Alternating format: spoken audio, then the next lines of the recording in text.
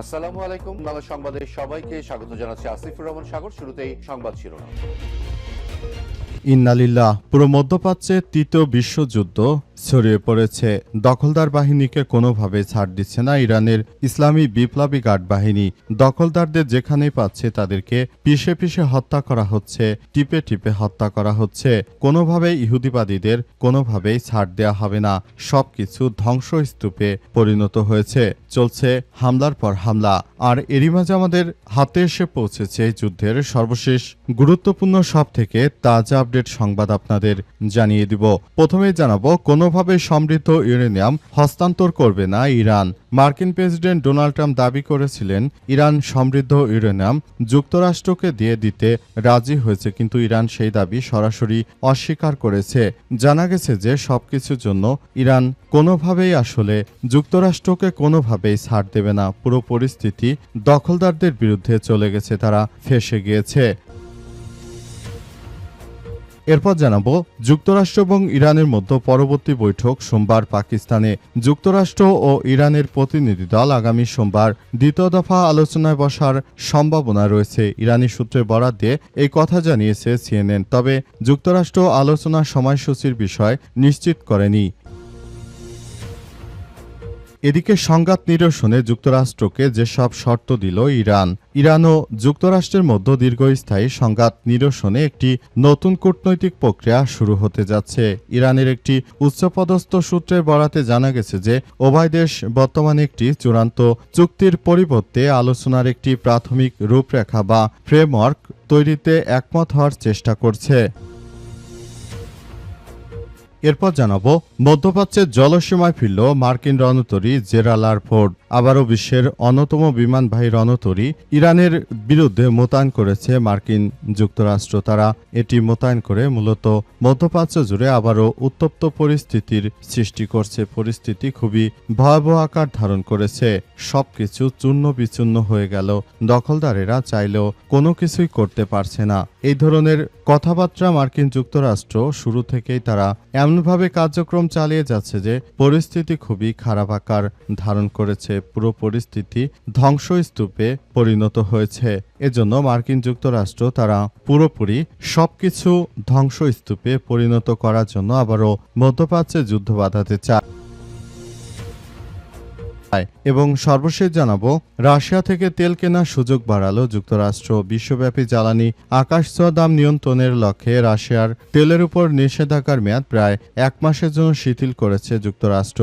সমুদ্রপথে নিষেধাজ্ঞা প্রাপ্ত রুশ তেল ও পেট্রোলিয়াম পণ্য কেনার অনুমতি দিয়ে একটি ছাড়পত্র জারি করেছে যুক্তরাষ্ট্র। মার্কিন ট্রেজারি বিভাগ তাদের ওয়েবসাইট পোস্টে করা ওই নথিতে জানিয়েছে, আজ পর্যন্ত যেসব জাহাজে তেল বোঝাই করা হয়েছে সেগুলো আগামী 16 মে পর্যন্ত কেনা যাবে। এর আগে 30 দিনের ছাড়পত্রের মেয়াদ শেষ হয় 11 এপ্রিল। ওই মেয়াদ আবারও বাড়ানো হয়েছে। প্রিয় দর্শক, এতক্ষণ শুনছিলেন সংবাদ শিরোনাম, এবারে বিস্তারিত।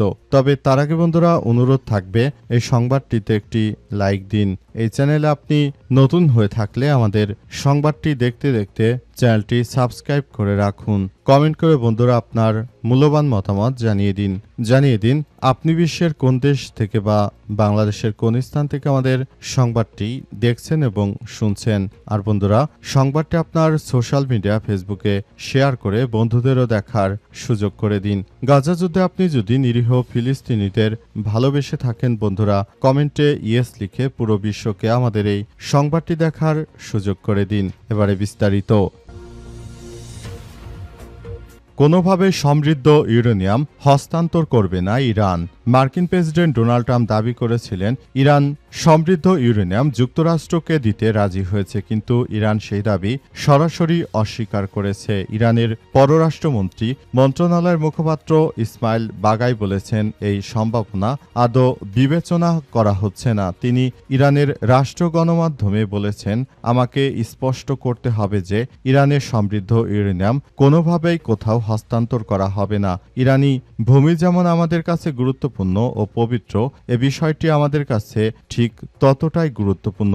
বাগাই আরও জানিয়েছেন যে ইউরেনিয়াম হস্তান্তরের বিষয়টি তেহরান কখনোই বিবেচনা করেনি, তবে ইউরেনিয়াম সমৃদ্ধকরণ স্থগিত রাখার বিষয়ে আলোচনায় যে খবর বেরিয়েছে সেটির সমালোচনা করলেও তিনি সরাসরি সম্ভাবনা নাকচ করেননি। এর আগে ট্রাম্প বলেছিল ইরান তাদের সমৃদ্ধ ইউরেনিয়াম হস্তান্তরে রাজি হয়েছে এবং সেটি যুক্তরাষ্ট্রের রপ্তানি করা যাবে। এবং এদিকে অ্যাক্সিওসের খবর অনুযায়ী ট্রাম্প আরও জানিয়েছেন যে ইরান আমাদের কাছে তাদের এই ইউরেনিয়াম আমাদের হাতে তুলে দেবে এবং আমরা এই ইউরেনিয়াম দিয়ে মোটামুটি কথা ভবিষ্যতে ইরান যেন কখনো ইউরেনিয়াম তৈরি করতে না পারে সেই বিষয়গুলো নিয়ে আমরা কাজ করছি বলে সেখানে উল্লেখ করা হয়েছে। এবং মার্কিন প্রেসিডেন্ট ডোনাল্ড ট্রাম্প তিনি আরও জানিয়েছেন যে ইরান আমাদের সঙ্গে সবকিছু শেয়ার করার জন্য রাজি হয়েছে, তবে সর্বশেষ তথ্য অনুযায়ী মার্কিন যুক্তরাষ্ট্র যে ধরনের কথাবার্তা বলুক না কেন তারা সরাসরি মিথ্যাচার করছে। মার্কিন যুক্তরাষ্ট্র তারা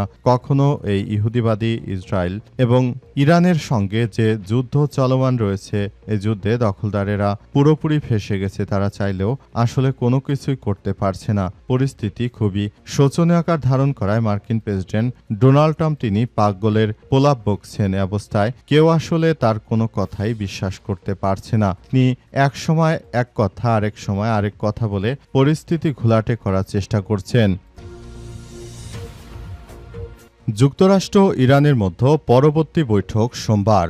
যুক্তরাষ্ট্র এবং ইরানের প্রতিনিধি দল আগামী সোমবার দ্বিতীয় দফা আলোচনায় বসার সম্ভাবনা রয়েছে। ইরানি সূত্রের বরাত দিয়ে কথা জানিয়েছে সিএনএন। তবে যুক্তরাষ্ট্র আলোচনার সময়সূচির বিষয় এখনও নিশ্চিত করেনি। সিএনএন জানিয়েছে একজন ইরানি কর্মকর্তা তাদের জানিয়েছে যে সোমবার পাকিস্তানে ইরানি ও মার্কিন সমর্থকদের মধ্যে দ্বিতীয় দফার প্রথম বৈঠক অনুষ্ঠিত হবে। মার্কিন কর্মকর্তারা আলোচনার বিষয়টি নিশ্চিত না করলেও মূলত তারাই পাকিস্তানকে আবারও ইরানে পাঠিয়েছে যাতে করে এই যুদ্ধবিরতি তারা করে এবং এই যুদ্ধবিরতি করার মধ্য দিয়ে আসলে পরিস্থিতি ভবিষ্যতের দিকে এগিয়ে যায়। এই প্রক্রিয়াগুলো এ পর্যন্ত তারা সেভাবেই কার্যক্রম চালিয়ে যাওয়ার সিদ্ধান্ত গ্রহণ করেছে এবং পরিস্থিতি খুবই জটিল আকার ধারণ করেছে। পুরো পরিস্থিতি দখলদার ইসরায়েলি বাহিনী যে নতুনভাবে শুরু করেছে এই কার্যক্রমগুলো আমেরিকা শুরু থেকেই তারা পুরো পরিস্থিতি নিয়ন্ত্রণে নেয়ার চেষ্টা চালিয়ে গেছে। তারা ইরানের বিরুদ্ধে সর্বাত্মকভাবে যুদ্ধ করেও ইরানকে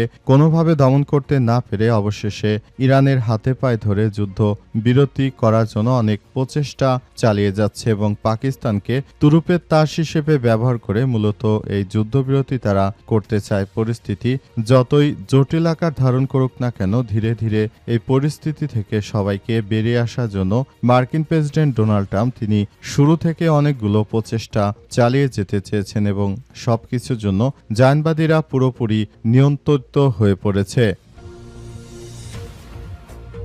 সংঘাত নিরসনে যুক্তরাষ্ট্রকে যেসব শর্ত দিল ইরান ও যুক্তরাষ্ট্রের মধ্যে দীর্ঘস্থায়ী সংঘাত নিরসনে একটি নতুন কূটনৈতিক প্রক্রিয়া শুরু হতে যাচ্ছে। ইরানের একটি উচ্চপদস্থ সূত্রের বরাতে জানা গেছে উভয় দেশ বর্তমানে একটি চূড়ান্ত চুক্তির পরিবর্তে আলোচনায় একটি প্রাথমিক রূপরেখা বা ফ্রেমওয়ার্ক তৈরির একমত হওয়ার চেষ্টা করছে। আসন্ন এই আলোচনায় ইরানের পারমাণবিক কর্মসূচির সবথেকে সংবেদনশীল বিষয়গুলো স্থান পাবে।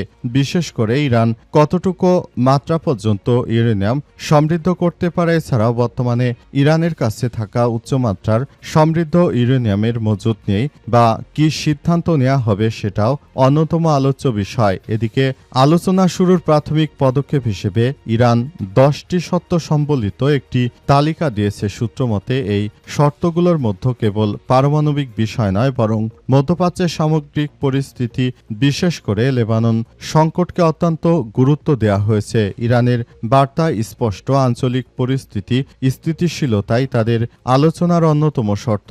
একই সঙ্গে কৌশলগত গুরুত্বপূর্ণ জলপথ হরমুজ প্রণালীতে ইরান একটি ক্যালিব্রেটেড বা পরিমিত পদক্ষেপ গ্রহণ করেছে যা তাদের একটি নিয়ন্ত্রিত কৌশল। এর মাধ্যমে বাণিজ্যিক জাহাজ চলাচলের জন্য প্রণালীটি সীমিত এবং নিয়ন্ত্রিতভাবে উন্মুক্ত করা হয়েছে এবং মার্কিন যুক্তরাষ্ট্র বিষয়টি নিয়ে খুবই হতাশার মধ্যে পড়েছে।